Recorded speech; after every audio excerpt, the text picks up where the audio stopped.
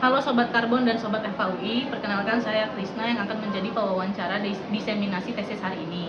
Di sini saya tidak sendiri, ada Stasia Febi, mahasiswi Magister FAUI angkatan 2024. Halo Sobat Karbon dan Sobat FAUI, perkenalkan nama saya Stasia Febi Persilia dengan NPM 24063778881 dengan peminatan hukum sumber daya alam angkatan 2024, dan di sini saya akan membahas tesis saya yang berjudul Regulasi Karbon Offset di Indonesia dan Pencegahan serta Penanganan Potensi Terjadi Karbon Offset Scam, sebuah analisis kritis. Baik, mungkin bisa diceritakan ini sedikit, mengapa Anda memilih topik ini untuk diangkat sebagai Jadi pada bagian latar belakang ini, saya berangkat dari permasalahan perubahan iklim yang berdampak secara global, di mana berdampak secara global tentu saja berdampak di Indonesia.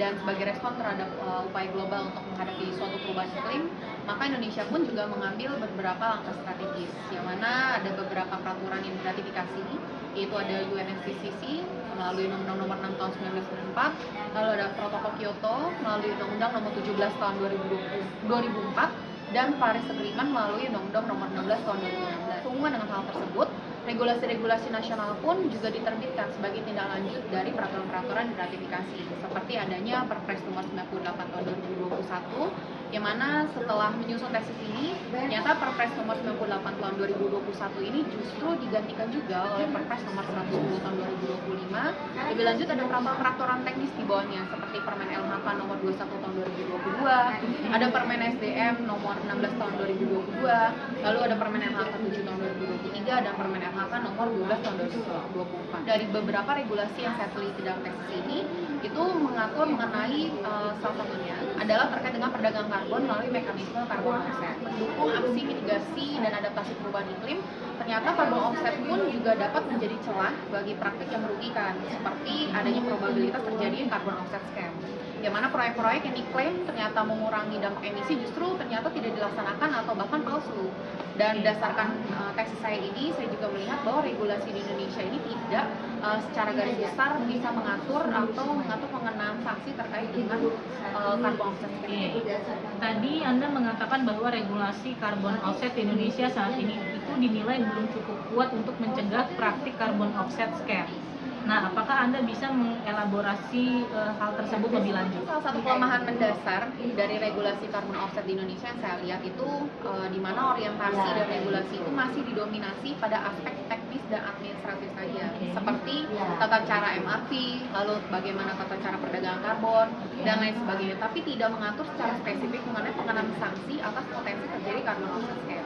Nah, lebih lanjut, konsekuensi dari hal tersebut, ketika muncul dugaan karbon offset scam seperti manipulasi data, lalu ada carbon credit, dan lain sebagainya, serta penegak hukum dan otoritas pun tidak memiliki landasan hukum yang cukup kuat untuk menindak secara efektif. Dan situasi ini menjadi lebih kompleks akibat fragmentasi pengaturan lintas sektor, di mana regulasi di level pusat, daerah, maupun antar kementerian itu kerap kali bergerak secara sektoral dan tidak harmonis.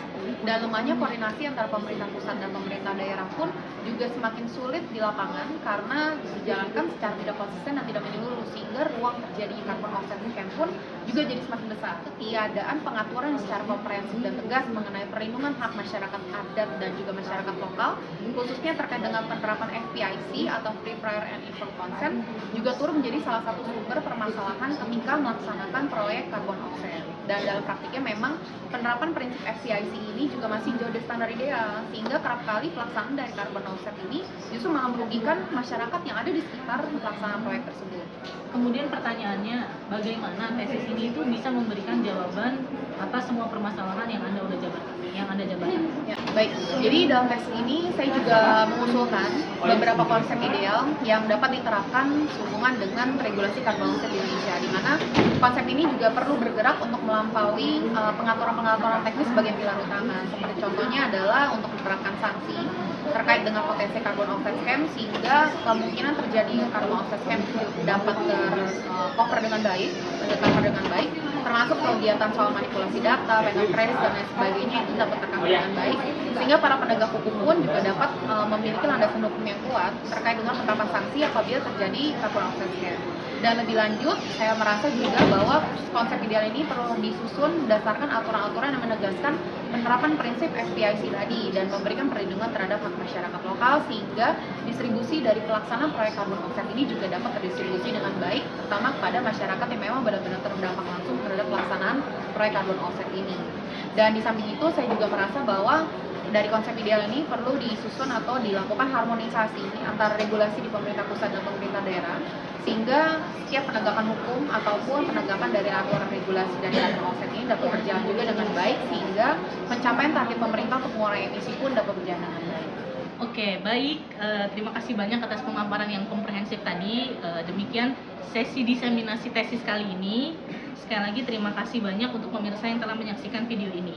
Sampai jumpa lagi di lain waktu dan kesempatan, Sobat Karbon dan Sobat FAUI.